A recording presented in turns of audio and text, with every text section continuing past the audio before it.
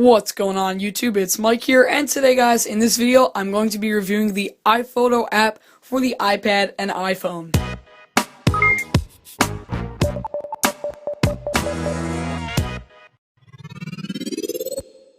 Now if you want to go get this app, this is now available from Apple. It was unleashed at Apple's new iPad announcement. It's only $4.99 in the App Store.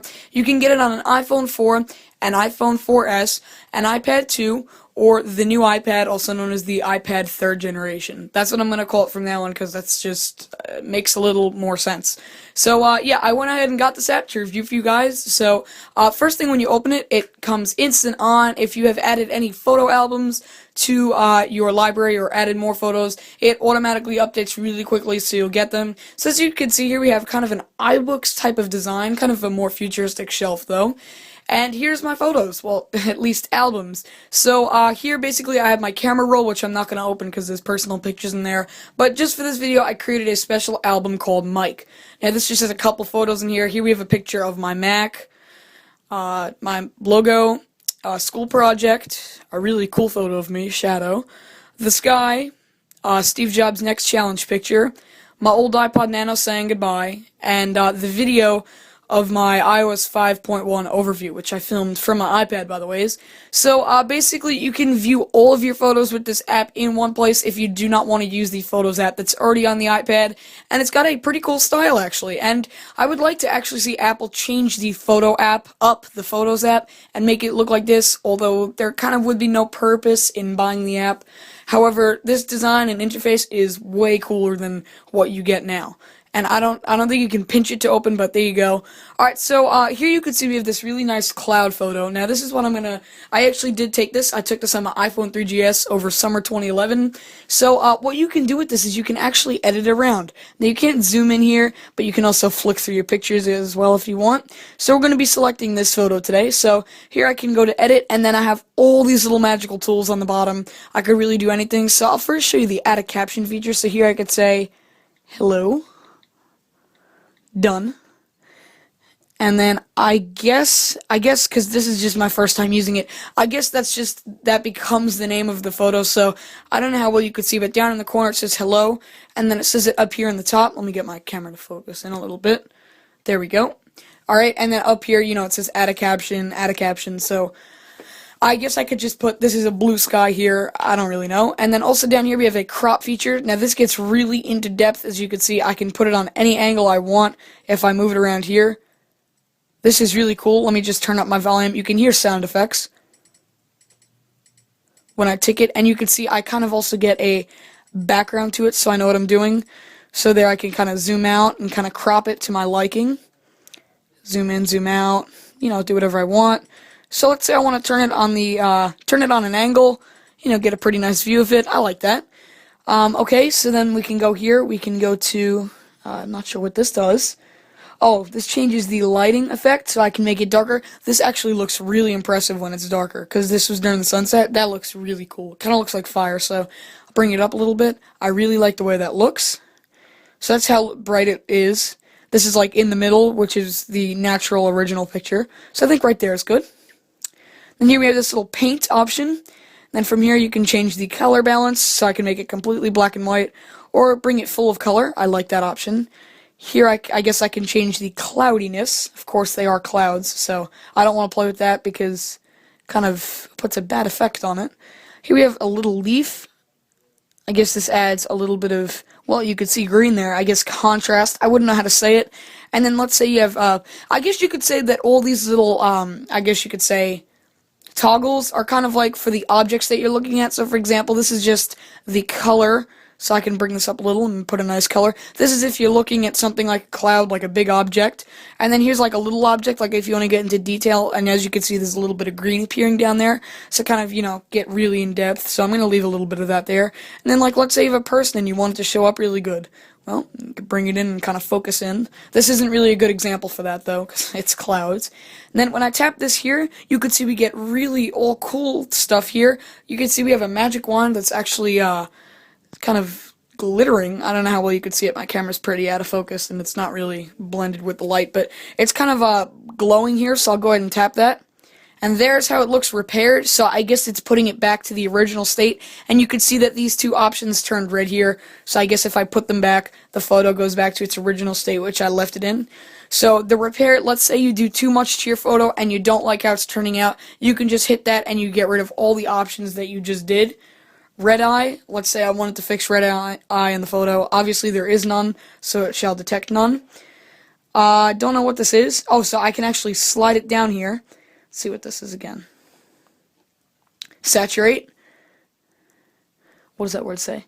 Desaturate, lighten, darken, sharpen, and soften. So soften actually makes it look pretty decent. If I put sharpen on, the picture gets a lot sharper. So you can see we have all kinds of brushes. And then this is pretty cool. This just kind of flips out like a color palette type of thing. Not a palette, but like a sample swatch type of thing.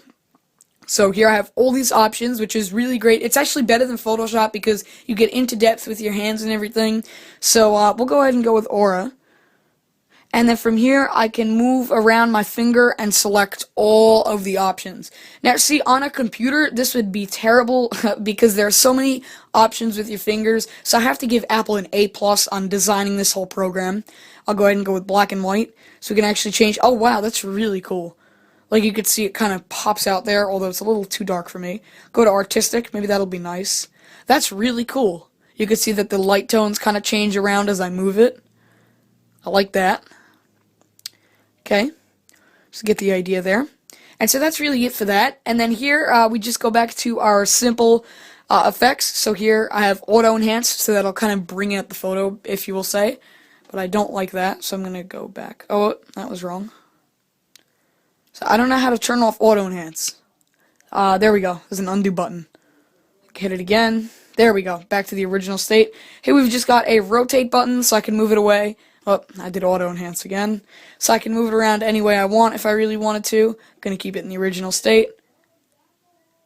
I have absolutely no idea what that just did, so I'm just going to keep it off. Here we've got, I guess, maybe grand prize. Maybe we'll give you a photo grand prize. No, I'm just playing. Maybe this is just under labels, so you know, maybe a favorite picture.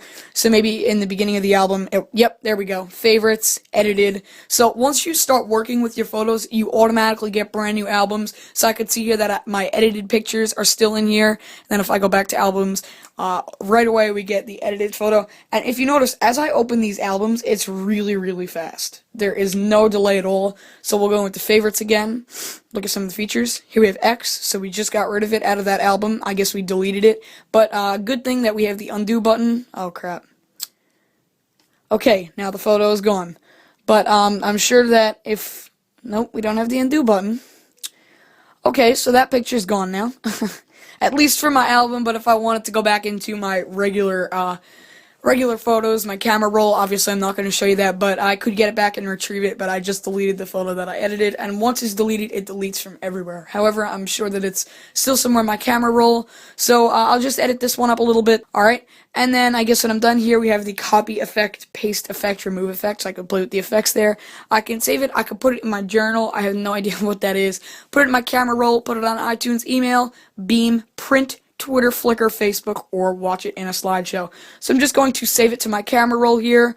I guess I'll just put it in choose. Oh wait, tab a thumbnail to share. Alright, there we go. Next. Saving to camera roll. Obviously it's not that heavily edited. Alright, so now I'm going to flip to my camera roll. And as you can see, there it is. Alright, so there you can see that I have it edited. I have it all here. I don't know if you can hold these down to delete it. Yeah, you can't, but I'm just going to go ahead and delete this, and you can see it's as easy as that. So if I go back to the Mike album, you can see that we just have the remaining pictures here. And then, so it's a pretty cool app overall. I can even watch my videos that I filmed. So, yeah, pretty cool overall. And then we got the journals feature, which, again, no idea. Tell a story with your photos and share it on the web using iCloud to get started. Open an album or event, tap share, and choose journal. Alright, so there you go. There's a tip for you guys. Here we could just choose wireless beaming, include photo location, location lookup, sound effects, or mirror on TV. So if I have an Apple TV, which I do in this case, I can mirror it straight to my Apple TV with AirPlay. It's pretty cool. And so yeah, guys, that's basically it. That is the iPhoto app for the iPhone and iPod Touch. Honestly, I would not get this if you're an iPhone user. I would only get this if you're an iPad user. It does not work for iPad 1, by the ways. Because on the iPhone, I mean, I bought it, but I haven't tried it on my iPhone yet, but I cannot imagine how this is because it can't be as great as how this is. You have so many options here, and you could just work with your hands, make photos look great. Definitely better than any other photo editing app I've ever used. Correct me if I'm wrong. But I can't see it working on the iPhone because even though the iPhone screen is nice, it must be so hard to get into these little buttons and scrolling. It has to be a pain. So this app was correctly designed for the iPad. I haven't checked it out on the iPhone yet. I will. Maybe I'll let you guys know in an annotation or something. But yeah, that's it for this video. Thank you guys for watching. If you liked it, please leave some comments below on your thoughts. Rate, give this video a thumbs up, and click the subscribe button up top. If you're on your computer, there will be a link in the description to download iPhoto so you can get it through iTunes whenever you hook up your iPad or your iPhone. You can get it immediately. So click the link in the description if you want to go buy it now. Alright guys, and I'll see you in the next video. Peace.